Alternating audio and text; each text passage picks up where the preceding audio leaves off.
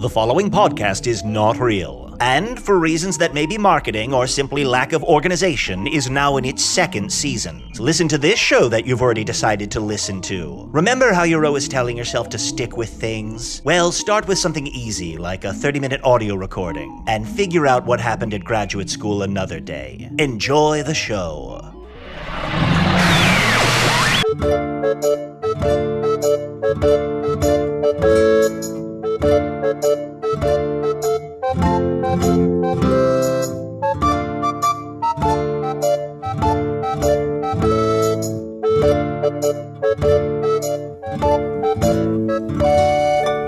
Hello from the Magic Tavern, a weekly podcast.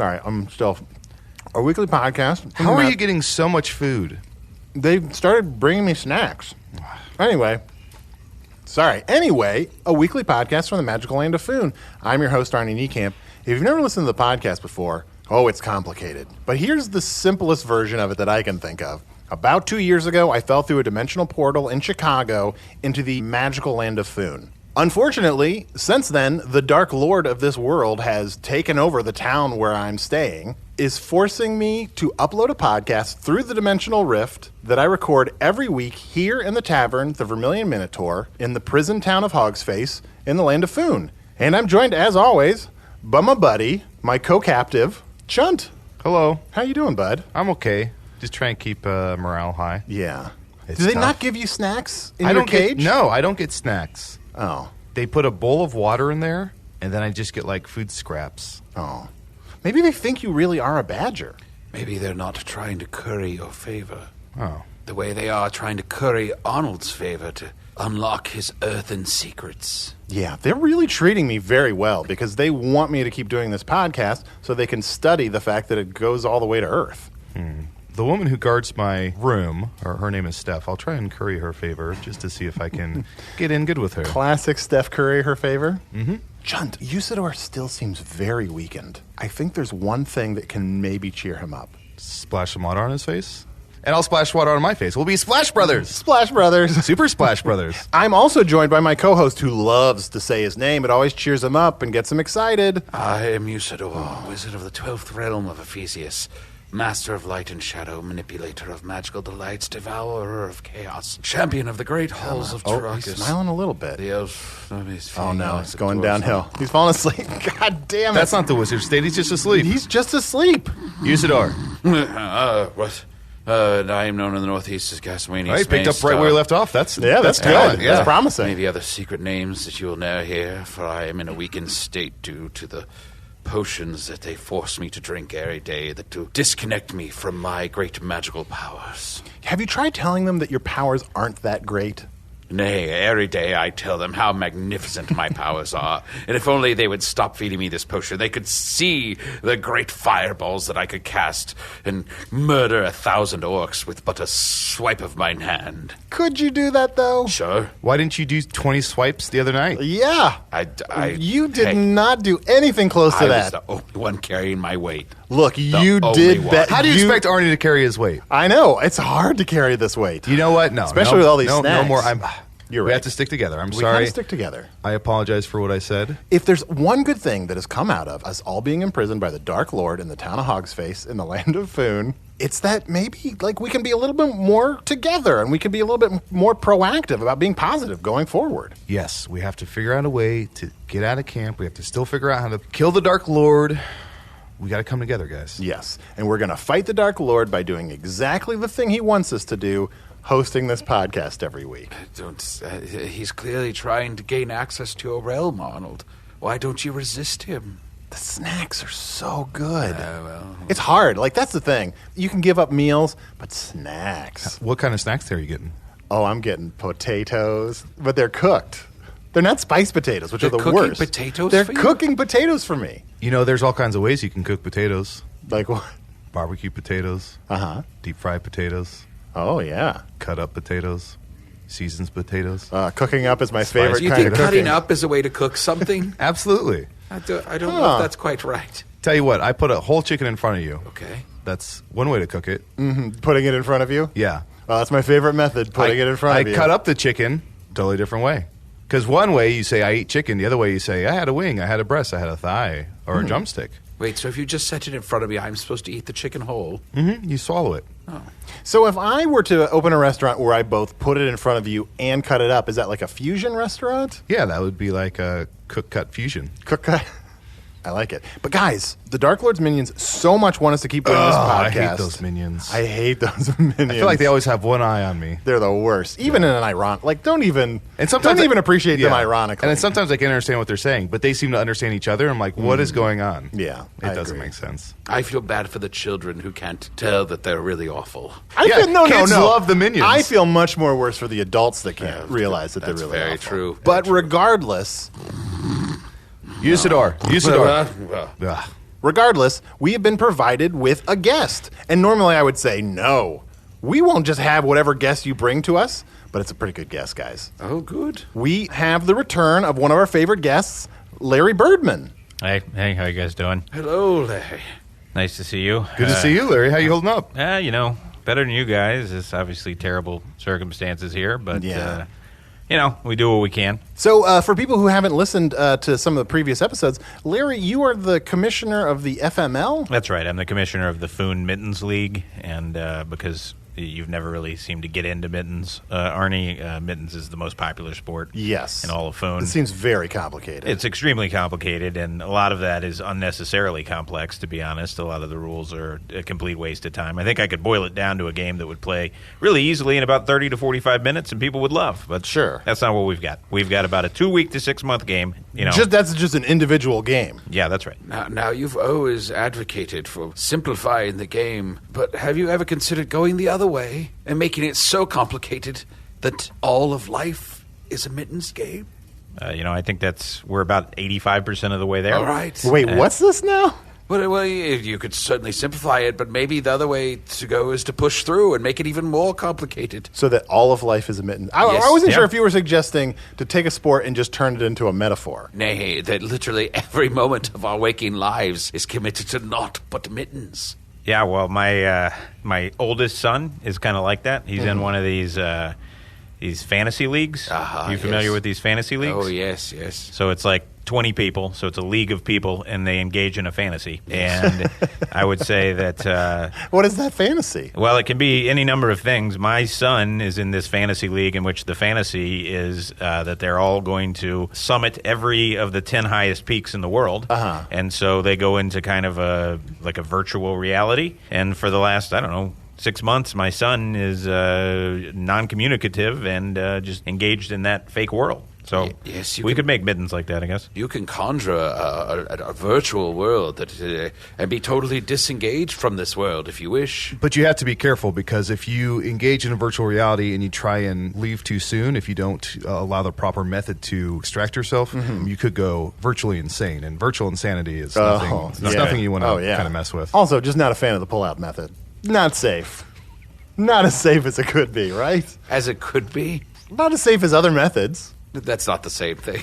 But yeah, it's nice to it is nice to see you guys. I've been asked to come here by several of the associates of the Dark Lord, or I'm going to just say it, unfortunately, part of the governing body of the Foon Mittens League. The Dark Lord himself is a big Mittens fan.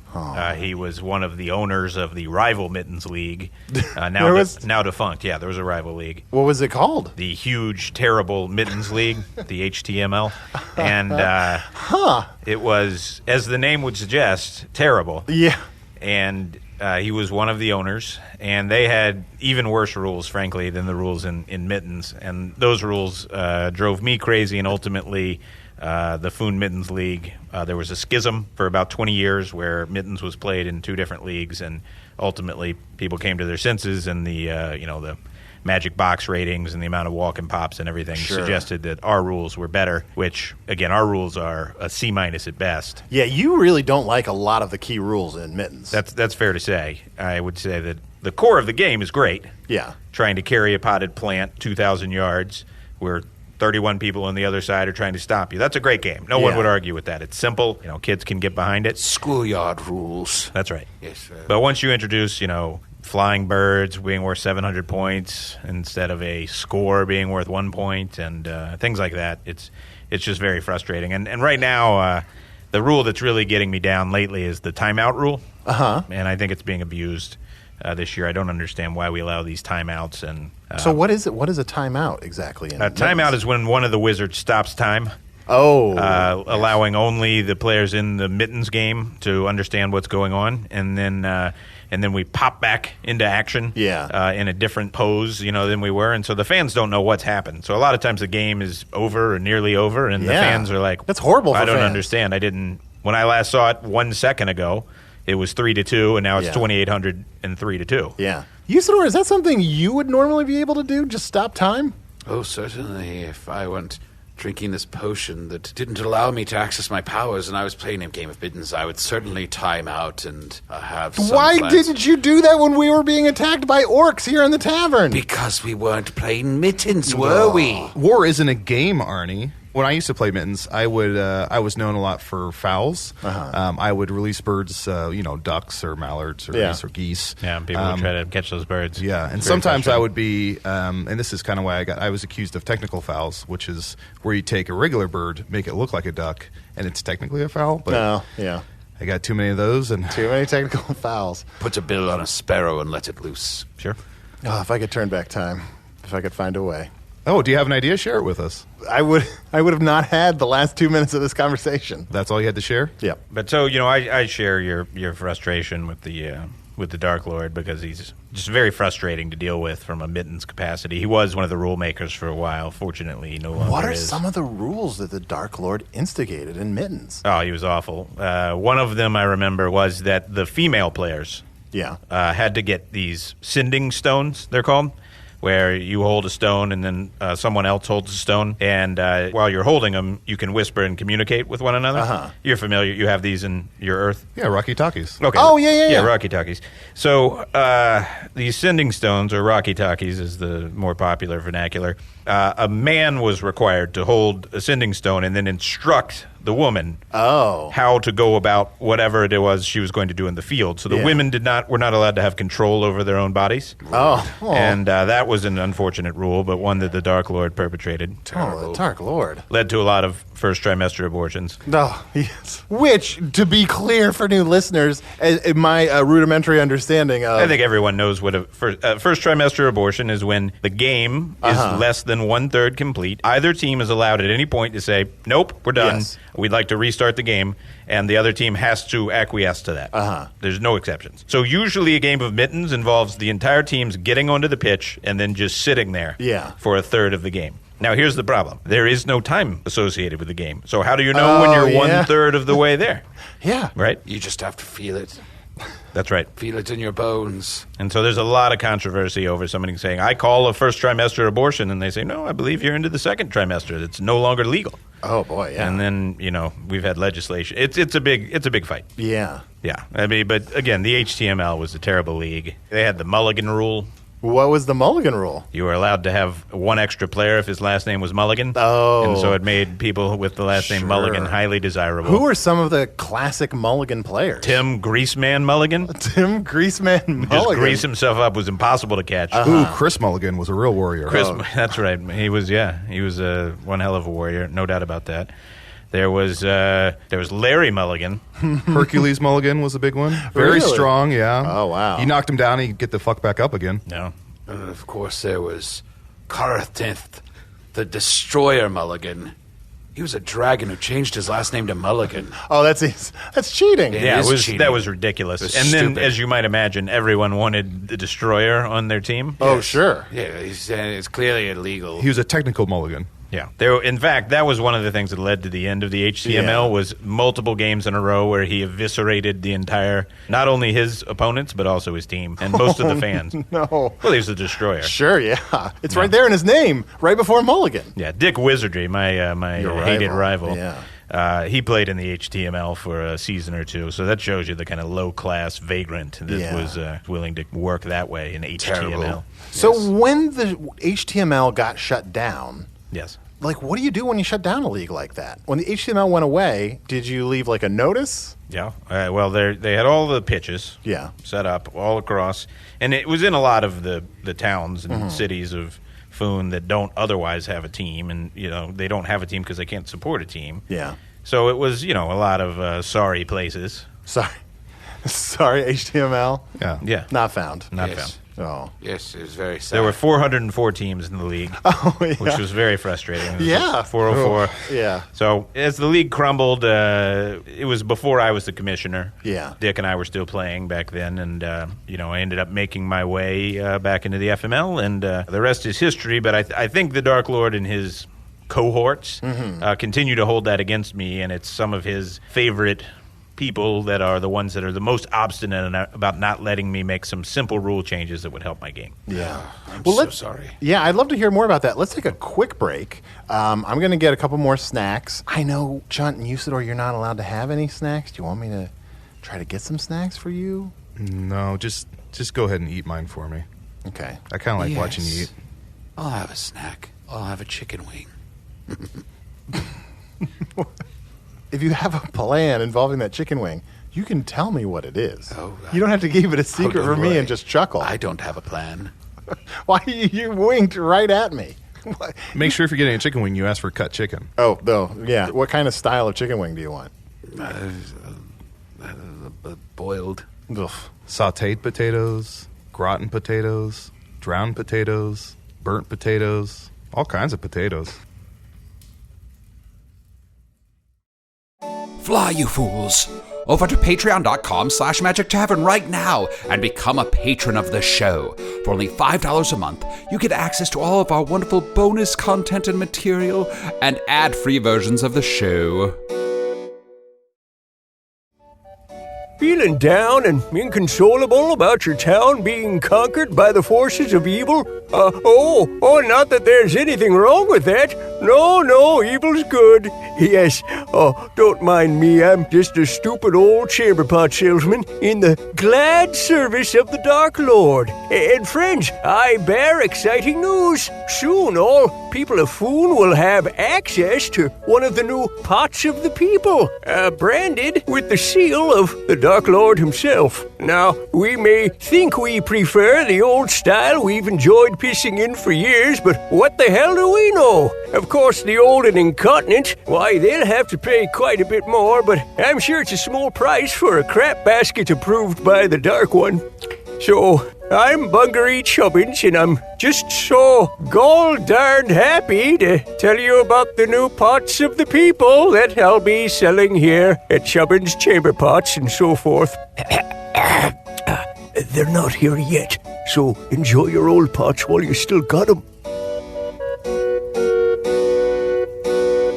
And we're back. I'm still getting used to being on the microphone, guys. Like, we spent at least a month not doing this. That's right. We recorded for 2 years, and you're getting used to the microphone? You kind of forget a little bit. Like, you guys probably haven't been doing Getting Nuts. What are you talking about? Of course we've been doing Getting Nuts. They demand that we do Getting Nuts. Wait, The Dark Lord and his minions insisted that we churn out 100 Getting Nuts per day. I'm a pretty big fan of Getting Nuts. Oh, Larry, thank you so much. Wow. I never got into this podcast concept until I was on. Frankly, I came to the first one that I did by mistake. Sure. Oh, yeah. We get a lot of that. We get a lot of that. Did not understand what I was doing. Yeah. Thought it was going to be related to fishing. And instead it was, it was enjoyable. And I've Getting Nuts, though, really, I've enjoyed that. And what is the Dark Lord trying to learn from having you guys do Getting Nuts? Supposedly what sorts of nuts we're finding. Guys, if someday the Dark Lord defeats us through the information of knowing what kind of nuts you guys are finding. See, here's the thing. Getting Nuts as a podcast, it tells you what it's going to do and it doesn't. That's true. And I like that. It's pretty straightforward. Okay. It's really, like literally it is its own, it's its own elevator pitch. I don't know if you have this. We have something called a 5-paragraph essay where when you're taught to write as a child in the land of Foon, you tell them what you're going to tell them, then you tell them that, and then you tell them what you told them, and then you do 2 more paragraphs, one of which is about your favorite Mittens player. Sure. And that's how big Mittens is. Foon. Yeah, it's huge. And the final paragraph is what we call a wild card. You can put anything you want in Whatever, there. just thoughts. But those first 3 paragraphs, tell them what you're going to tell them, and tell them what you told them. And to me, Getting Nuts is all about that. Whereas if I hear, like, hello from the Magic Tavern, I expect a series of greetings. Sure. And instead, it's, you veer from topic to topic. It's hard to know what's sometimes sentence by sentence. That's right. Why aren't there more greetings on the show? Why don't we say hello and why is the tavern magic? That is my bad. The tavern is not inherently magic. And if I could turn back time, if I could find a way, I would rename the show Hello from the Tavern? Hello from the Tavern, or Buttholes Weekly. That seems more appropriate. But you wouldn't, if it was a magic tavern, you wouldn't have all those orcs walking around outside, which, let me tell you, was not an enjoyable greeting guard. Nay. Walk in through those orcs. So they all want autographs. You can barely understand what they're talking about. What is it like having to have, like, planning meetings with people you know are evil? Well, I mean, if we all had to ignore the people that we know to be evil, what would life be like? You've got to work with the evil people. You've got to work with the good people. You got to work with the chaotic people. It's Which are worse? Is it worse to work with an evil person or a chaotic person? Like, an evil person's evil, but it's probably just got to be frustrating to even just try to work with a chaotic person. That's right. I have two secretaries. One's evil and one's chaotic. And I will tell you, I use them for different reasons. Sure. The evil one is absolutely on top of her job. I bet. But she is always trying to undercut me and, frankly, to destroy me. Yeah. The chaotic one, he is disorganized, and he's just terrible. But from time to time, he comes up with a really great idea. I would say overall that I would prefer working with the evil one than the chaotic one. But at least the evil one, you know what you're getting. They're coming at you, and you can sort of prepare and defend yourself. That seems to be the advantage. Have you considered getting a good secretary? No. Now, they have... lawful neutral? I don't... Lawful neutral? Is that Bobby Neutral's son? Yes. Have you considered hiring this guy, Lawful Neutral? Send me a resume for Lawful Neutral, and I'll see what I can do. Yes, wait, you know Bobby Neutral? Yes, I know Bobby Neutral. The owner of the Milk Hotel? Yes. Huh. It's a small world. He's a good guy. He's a good guy. Yeah. What a beautiful place. Played Mittens, as I'm sure you know. Usidore's a big Mittens fan. Skur fan. Skur was in the Cavalcade before the Dark Lord took over and shut down the... No Cavalcade this year. So sad. But, Arnie, your anecdote reminds me, since you've been to Foon, have you visited the 3 statues of the Super North? I have not. They're great. So you go up there, and one of the statues always lies, okay, and one always tells the truth, okay, and the third one is always, if he just lied, the next thing he says is the truth, and then after that, the next thing is a lie. Okay? Alternates. So well, that's the best way to say it. Sure. And alternates, or you can just say he gives no fucks. And these are talking statues? That's right. And they're north of here. Oh, super north. Super north. Yeah. Just north of Fingaria. But here's the thing about the statues is every morning they switch positions, and you don't know which is which. Are you sure they're statues? Like, which one of them told you they were statues? Well, that's a good point. Oh, I never even thought of that. Because, first of all, they talk. There's a 50% chance. They move. That's right. But I will tell you, 2 out of the 3 of them told me they're statues, and the third one says they're not. So we got to work that out logically. If they are not statues, then the one who always tells the truth would say, we're not statues. Yes. And the one that always lies would say, we are statues. And then the third one, you don't know what he's going to say. Yeah. Just to look at them, though, what would you guess? Are they statues? Well, I've got to go by what they tell me, Arnie. They say we're statues. Yeah. And after they answer a question, after 7 days, isn't that like the expiration of the statute of limitations on that? I think so. It depends on which one you're talking to. Okay. But, yeah. Oh, boy. So there's a statute of limitation on the statues. Yeah. I don't believe Arnold has been up there. You have not been to visit. I'm trying to think if I've been really far north in this land. The answer is no. How far away from the tavern have I gotten? I don't think I've gotten super north, no. No. Would you go super north? Do you know Elijah? Elijah would. So, Larry, what have I missed in the FML since last time?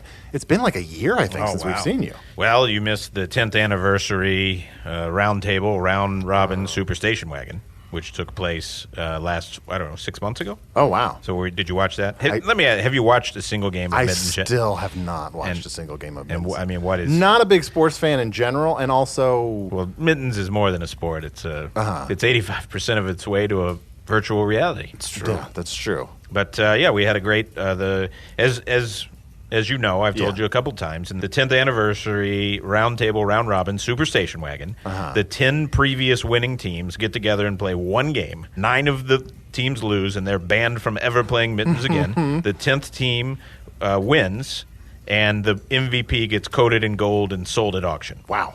Right? And so we had a great 10th anniversary, and the team from Malfoy won, so they're allowed to continue to play, and 9 other teams can never play again, including, much to my happiness, the Dark Lord's favorite team. Oh, what was the Dark Lord's favorite team? Rickles? The Rickles Snicklebaggers. The Rickles Snicklebaggers? Yes. What did he love about them? I think they were the most evil team. Oh, yeah. That seems They were that tracks. They talked a lot of trash on the field. They were it was an insult team for sure. But they have a lot of great stories. I mean. Yes, well, yeah, Sure. I suppose. Their mascot is a pack of rats. I see. That's right. The head of the team is a mafia lord. They call him Don Rickles. He's the probably the most despicable team owner in all of the FML. He's Wait, Don Rickles took over? He's now the Don? That's right. Is Amici out? Yeah, Amici's out. So it used to be the Don of the team was Don Amici, but then Rickles took over, so he's Don Rickles. It's the only team not named for a location. It's named for a human being who is Rickles Snickelbagger, and he is the Don of the team. So the name of the team is the Rickles Snickelbaggers, but the apostrophe is just right in there because that team belongs to him. Yes. So it's Rickles Snickelbagger's team. Wow. Yeah, I mean, Nareed used to own them, right? That's right. You kind of get to name the team whenever you own it. So when Nareed was the Don, she had a different name for them. And in the summer. Sorry? And, yeah. In the summer. Oh, in the summer, yeah. Yeah. Since they don't have a hometown, they're constantly on tour, going from place to place, playing in different venues. They don't have their own home base to play out of. So they do a lot of crowd work. It's hard for them to get fans, except for the Dark Lord. And, they come up into the stands. They do interact with you, even though they're rude to you. Yeah. Wow. And the most sort of presentational Don ever was there's this guy Marley who used to kind of own one of the teams, and he had some magic. So during the pre-show, he would cause lightning and thunder to kind of rain down. Good old Thunder Don Marley. Yeah, he was amazing. He was really amazing. So when the 10th anniversary round robin Super Station Wagon. That's right.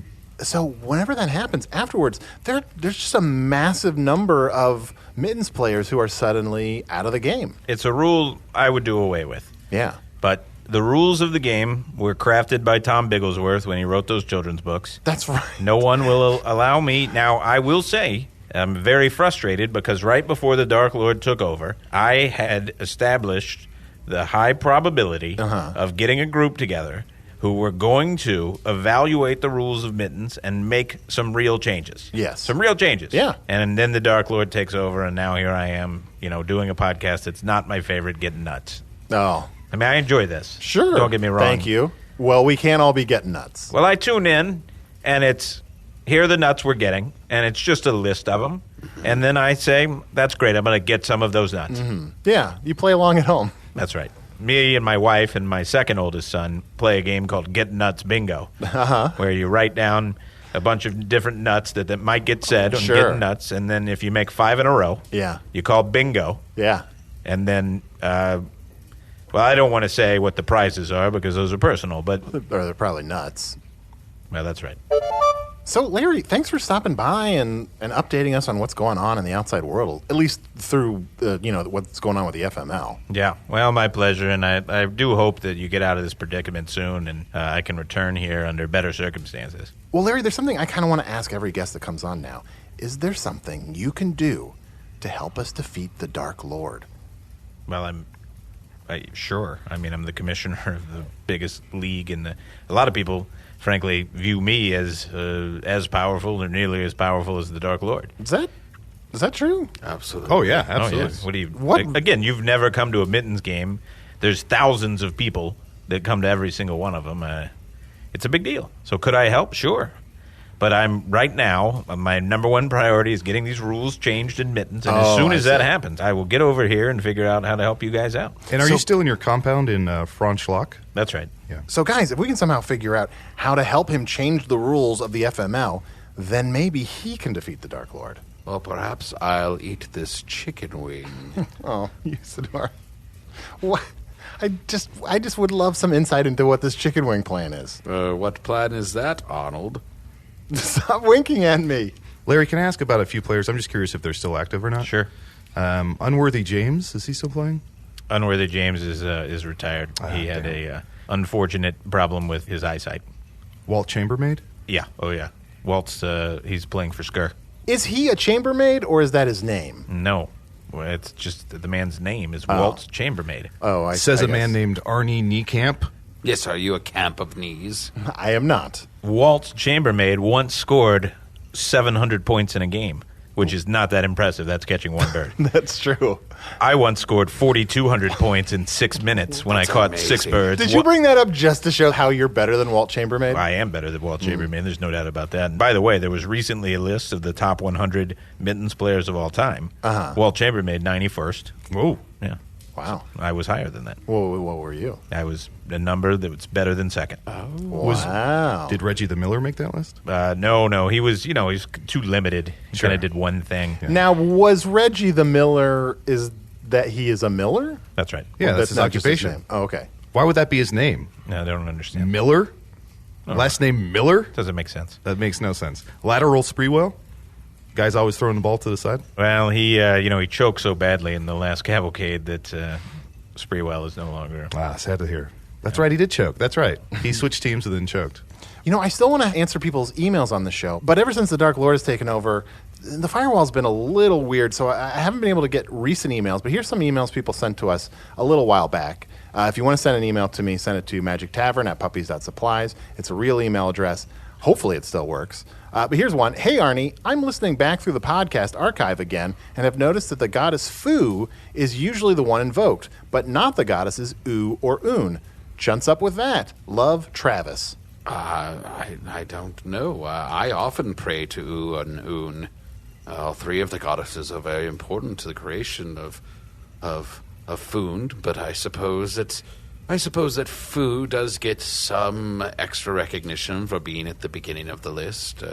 People tend to think of them in order, and she is the first one that does come to mind. But do they have any distinct characteristics between the three of them? Or are there situations where you're like, this is a totally invoking the name of the goddess U situation? Well, Fu, of course, is green, and is the one who made the land that we all do stand on. And U, of course, is blue and made all the water and helped things to grow on that land. And Un, of course, is white and gray and made the sun and the sky come to life. Oh. Now, Un is the one that makes the really good pancakes as well. Un also makes amazing pancakes. Sometimes she makes them into the shape of your favorite characters from that Tom Bigglesworth book. Wow, yeah. That's right, the book that Mittens is based on. The loneliest boy that ever did lonely? The loneliest son of lonely, I believe. You referenced the second book in the That's series. right, yes. I got to track these books down. No, Because I like to read, but I'd prefer to read a book written at a child's level. I have an email here. You can email me at chunt@gmail.com. That's chunt with 6 T's. This is says, hello from Australia. My name is Warren, and I come from the city of Ipswich in the land of Australia on Earth. I have binge-listened to all of your podcasts over the past 2 months and would like to thank you for all of it. I have not been in the best of health during this time. Oh, sorry to hear. Arnie, I wanted to say I have faith in you and your part in the quest to defeat the evil hordes of the Dark Lord. Oh, no. I'm sorry. I hope one day you return to Earth. Hope to hear from you soon. From Warren Telly. Great. Thanks, Warren. Wow, super nice. One thing he was great. Yeah. One thing that we like to do with some people that aren't feeling great is get them to a Mittens game where we'll let them meet their favorite Mittens player and sit there and hang out, with the team. And we call it the Make-A-Wish. Oh. Because they then are allowed to come out and do the wish move. What's the wish move? Oh, it's a famous move. It's where when you're carrying the potted plant, yes, you're the baskin, right, and you're running across the field. You throw up the potted plant out of both of your hands forward, run past some people, and then catch it back where you've thrown it to. That's called a wish. That's a wish. You make a wish. That's amazing. So they get to do that? That's right. They come out and with their very best player, they'll throw it over their head and then go catch it, and then the best player always doesn't try quite as hard as they could, and so they don't block the plant or knock it down. But they still have to be able to run forward and Well, catch remember, it. if anyone else gets the hold of your plant, you lose the game, and you lose whatever social status you have. Yeah. How many games are lost by allowing Make-A-Wish children to come and play? Well, none. I mean, that's just a side thing. Oh, okay. They get to do it. But I would say plants being knocked out of hands is probably 90% of the end of games. Because remember, you don't play to a specific score or for a specific amount of time. Sure. Yeah. Man, this does seem like a horrible sport. No, it's a great sport, but just needs a few tweaks.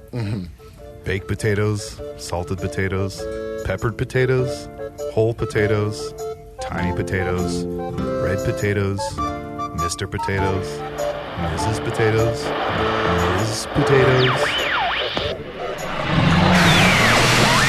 Well, here we are living the event we foreshadowed for 100 episodes. Buyer's remorse, anyone? Aren't Sam and Diane a fun couple? No matter, none of this is really happening. Usidore the Tired Wizard was played by Matt Young. Such a nuanced, engaging performance. Oh, sorry, I just glanced over at an Aaron Brockovich DVD I had laying around and started describing it. Chunt the Talking Badger was played by Adal Rifai. What do you do with the time between Adal deciding he's going to say something clever and him actually saying it? I write letters to old friends. Friends are like living scrapbooks, aren't they? Oh, autumn. Larry Birdman, the head of the FML, was played by special guest Rush Howell. And Bungaree Chubbins, the chamber pot salesman, was played by Tom Gottleib. Hello from the Magic Tavern is produced by Ryan DiGiorgi, Evan Jacover, and Arnie Niekamp. This episode edited by Garrett Schultz. Theme song by Andy Poland, and show logo by Alderman Labala. If you've never gotten around to writing a review of the podcast on iTunes, why not take a quick moment to do that? Write something positive or negative, it's really up to you. But they do say when people write iTunes reviews, they're really writing about themselves. Well, that's that. Now then, I must tell that Pen Pals podcast I have some recommendations for hilarious and surefire character pairings. Herman Melville and Bill Keane, mastermind of the Family Circus universe. Anna Wintour and one of the little rolling box droids from Star Wars. Donald Rumsfeld and Orko the court magician of Eternia. An anthropomorphic tree from Oz and a normal tree. Julia Child and a velociraptor, but get this, the raptors trapped in a giant cake. Willy Wonka and Dorothy Parker. Oh, the wordplay. Carrie's husband, Mr. Big, and Voldemort's Horcrux ring after Snape removed the curse. Yeah, that's pay dirt. Romeo and the normal tree from earlier, and it's the tree's second interview that day, so it's grouchy. Leonardo da Vinci, Leonardo DiCaprio, and Leonardo the human-sized karate turtle monster. Oh, now I want to be invited to that one. An Earthman, a wizard, and a badger. Wait, that goes on a different list called Box Office Poison.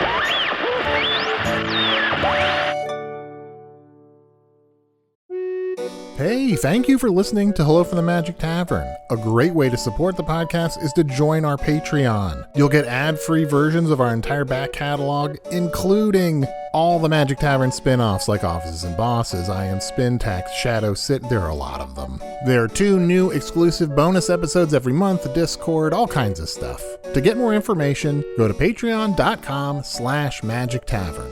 That's patreon.com/Magic Tavern.